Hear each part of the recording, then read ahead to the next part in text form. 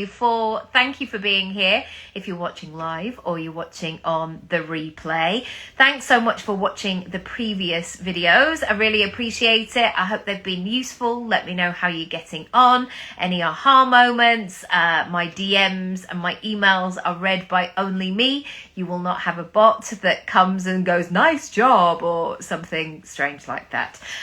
Today I want to talk. Oh, by the way, it's 25 to 1 and I haven't eaten my lunch, but I am committed to this, so don't worry, I'm going to go and eat afterwards. I think I am like a 1950s man who has come home from a morning of graft, and by about 5 to 12 I'm like, right, I need to eat, I'm fading away. I'm not, obviously.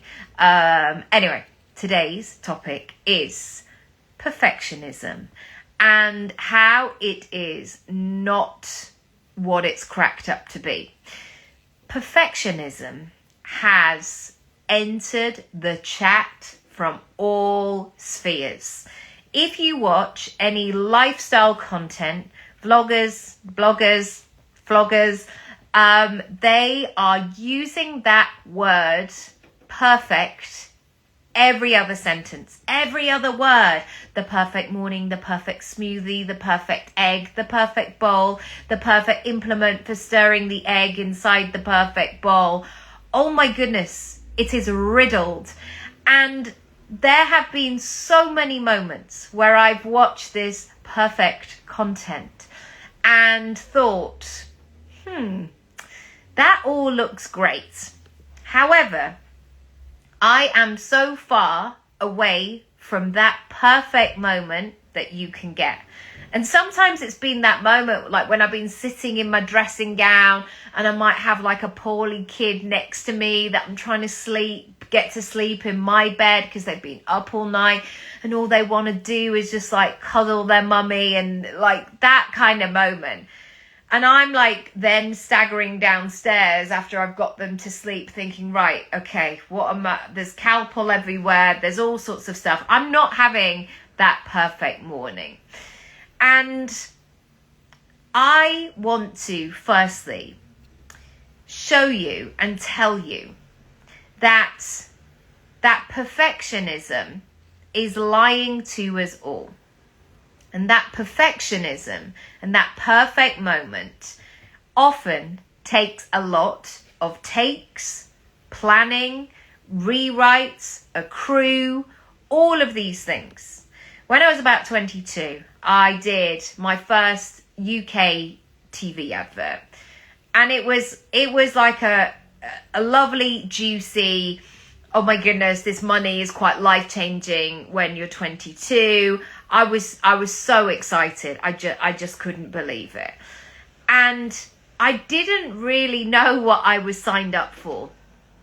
You know, you're just delighted. You get the call from the agent, you got the job, and then you're on set and you've been picked up in a car because it was, 2004. I had some like quite ripped jeans and like a vintage cowboy boot. I was just loving my life, basically. And so I got to the location and I could not believe what we were shooting. You would think that we were shooting some kind of action movie. We had taken over the whole car park of this retail. We'd closed down a store. There were Winnebagos everywhere.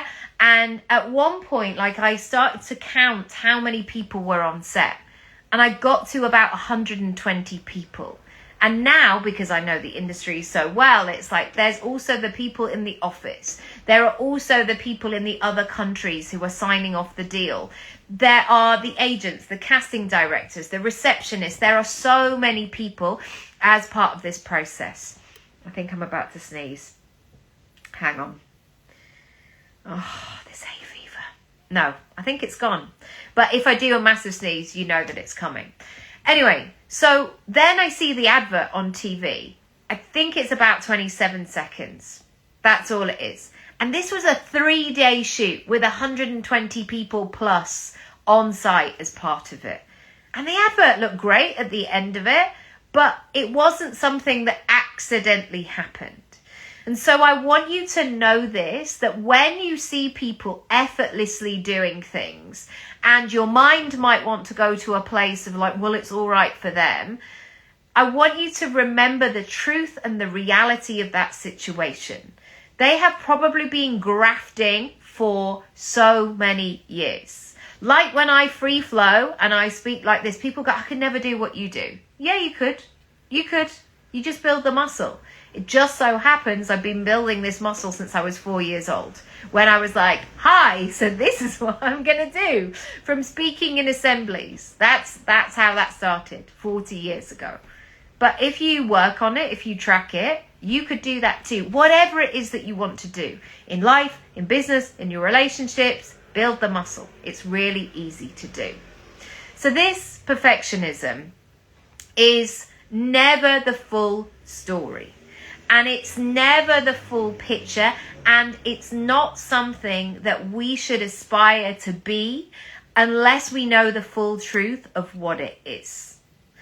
And I want to recognize how the perfectionism is holding so many people back. It's holding them back from having the conversation, from getting started, for them assuming whether or not they could have a seat at the table, whether their voice, their perspective, their representation is in the room. And we're all, meanwhile, let's throw another dimension into here. Meanwhile, people who are less talented, less kind, less experienced, less skilled, less empathetic, less considerate, less considered, less discerning, whatever it is that you value, these people are moving in and taking up space.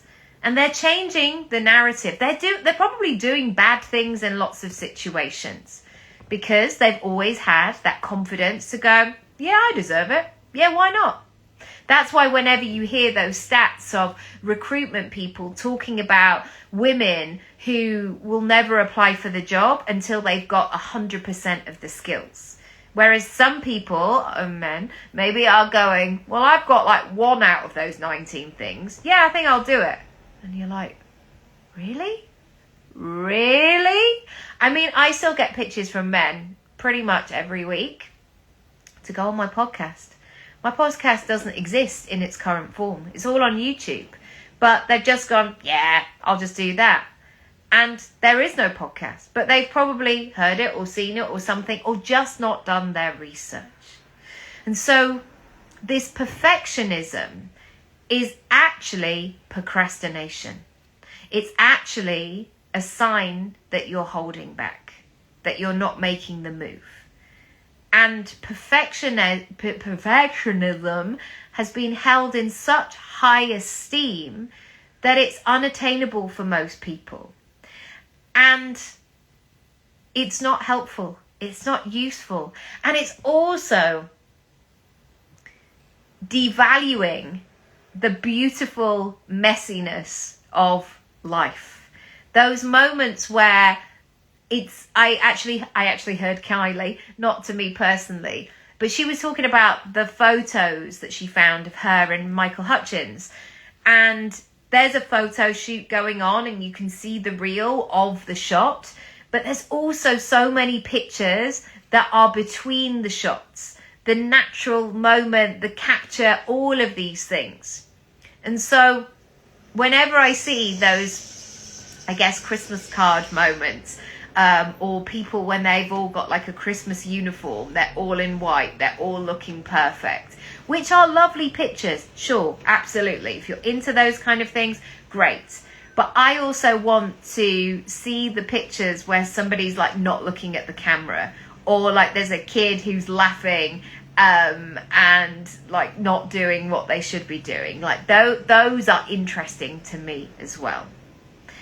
One final thing on perfectionism is that too many of us, and I would put myself in this category as well, can fall into the habit of creating the party instead of focusing on inviting people to the party. Here's what I mean. You go into the planning, the curating, the considering, all of the parts. Maybe this is like in your website, behind the scenes, your plan, you're color coordinating everything. You're pulling together ideas. But what you're not doing is focusing on how people are going to come to the party, how they're going to have a great time, what they're really going to love, how the conversations are going to flow, the dynamics, how you're going to deal with it if something goes wrong. And so what we need to do whenever we're hiding, and that's what it is often, hiding in the perfectionism, in the planning, in the pulling it all together, instead of the experimenting, the taking the thing out into the world, the failing, the tweaking, the going, oh my goodness, I never realized that it needed this. You would never know that from the plan, because your intention and your focus when you're creating the plan is to make it all neat, is to pull it all together, is to almost create this fantasy perfect world where everything makes sense. However, what happens is in the real world, you need to understand how you're going to play with the circumstances, how you're going to be resilient, how you're going to be able to actually figure it out and to find a way to do that. Perfectionism is pretending to be your friend. It's pretending that it's on your side, that we're in this together. Because also as girls, as women, we were highly valued if we ended up on that path of perfectionism. Everything being very neat and tidy and presentable and glossy and glowy and noddy and smiley. And the truth of it is, I know that I get more from my life when I'm doing things imperfectly. I learn from those failures. I learn where I go next by being in the room, by doing it. And there are some people who maybe, this is controversial, but I'm going to say it. There are some people, so I've been an actor for nearly 30 years, professionally auditioning. And there are some people that I might meet now, and they go, oh, I do a bit of acting. And I go, oh, great, what do you do? And they're like, well, I did a bit of acting at school. And I'm doing the calculations going, well, that's probably 30 years ago. And so for me, when I'm thinking in that way, I am already going, that's not the same. The acting part of it is, but the going out and doing it and the rejection and the earning money and the negotiating and the agents that want to steal your money and the agents who will like fight for you and do all of the things, the relationships that you've built, like that only happens, you doing it, by being willing to be part of the whole story. Being okay in failing. And I will always talk to my children in a non-perfect parent way. I share my mistakes with my children. I use them as talking points. I did this thing today and it didn't go well. Something happened, my technology broke. I thought it was going to go in this way, it didn't. I had to ask for more money because I should have put that in the contract or whatever it might have been. I talk to them because if I'm just saying the slogan mantras of just keep working hard, that's great, but that is only one perspective. It's only one side of it.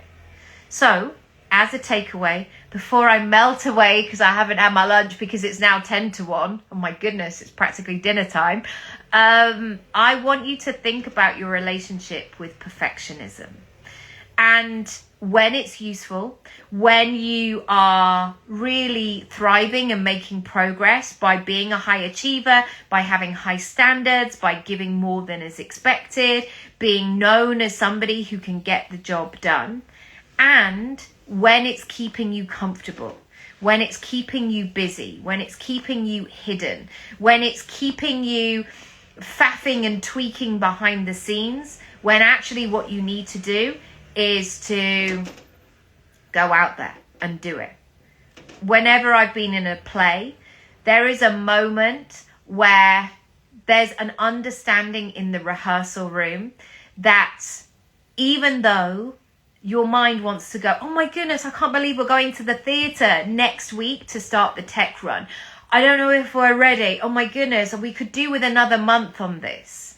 But yet there's an energy in the room where you recognize we can only take this so far. And we have reached this next marker point. We cannot do any more in this rehearsal room with this makeshift set, with these two chairs, with the sense of the theatre, but not really the sense of the theatre. We need to get in there. I remember doing a show, and I did it over a course of a couple of years at Hackney Empire. If you know Hackney Empire, if you were watching Emma Grede recently, she played the Hackney Empire. It is a monster of a space. And it has a sense of like a roar. So you say a joke on stage, and literally it feels like the sound travels and the joke lands and then it comes back down. And you need to know how to play that space, how to feel it out. And yet we were in that rehearsal space. And we were saying things to our cast members, and you would know when a joke would land. You would find that pace, that nuance in the speech. But that first night on that Hackney Empire stage in front of 2,500 people, nothing prepares you. And then, of course, you get in there and you tweak and you play and you go, oh, that needs a bit more space, or I can't see that person, or I need to figure some logistical part out. And that's how you do it. And also, you will have those moments where you think that something's going to work because it worked over here. And then when you transfer it over here, it doesn't work in the slightest. And you have that humbling moment of like, right, okay. So that doesn't work then. What am I going to do tomorrow? That was one of the greatest moments. That was such a learning moment for me because the jump felt really big. And when the jump is big, a lot of tweaks need to happen. So many people are staying in rehearsal mode. And babes, I need you. Sorry about the siren. Is there a part 2? No. I need you to move from rehearsal time into show time. And there's the other siren. I need you to be willing to have a go, to fall flat on your face, to be in the game, to be having different conversations. That's when you're going to learn. That's when you're going to really find out what you're made of, what you're all about, and ultimately what you are capable of. I hope this has been useful. I will save it. As always, you can catch up whenever you like. If you are ready to make some mega moves, my DMs, my emails, my coaching packages are open. Come and have a chat with me. Let's book in a call to talk about you, where you're going next. Don't just sit and watch these lives and go, yeah, so I need to think about this. You've got to put your money where your mouth is. Got to put your efforts, your focus into the momentum. This is the way that you've got to move. You've got to move with your feet. You can't, I always think about like you can't learn properly how to make a lemon cheesecake by sitting on the sofa. You've got to put all that cream in and you've got to whip it and you've got to shower your whole walls with this cream. That's when you're going to learn what that consistency is. That's when you're going to learn that you need a tea towel around the thing because it actually whips quicker than you thought it was going to. One final thing. Oh, the 30 times 30 club. I have launched a 30-day program.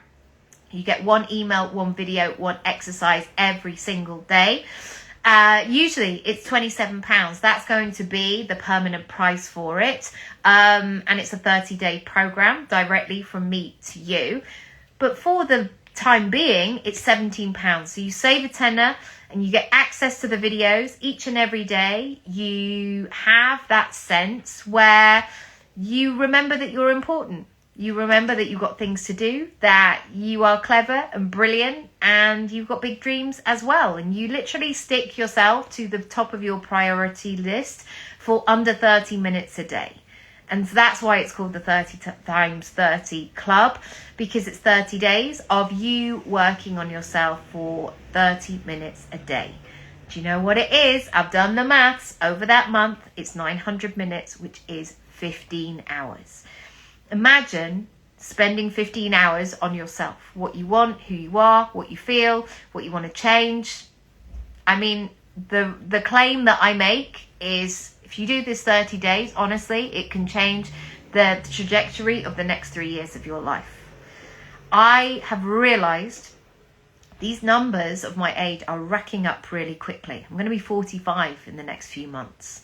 And I want to go, how did that happen? Unbelievable. But it does. It does.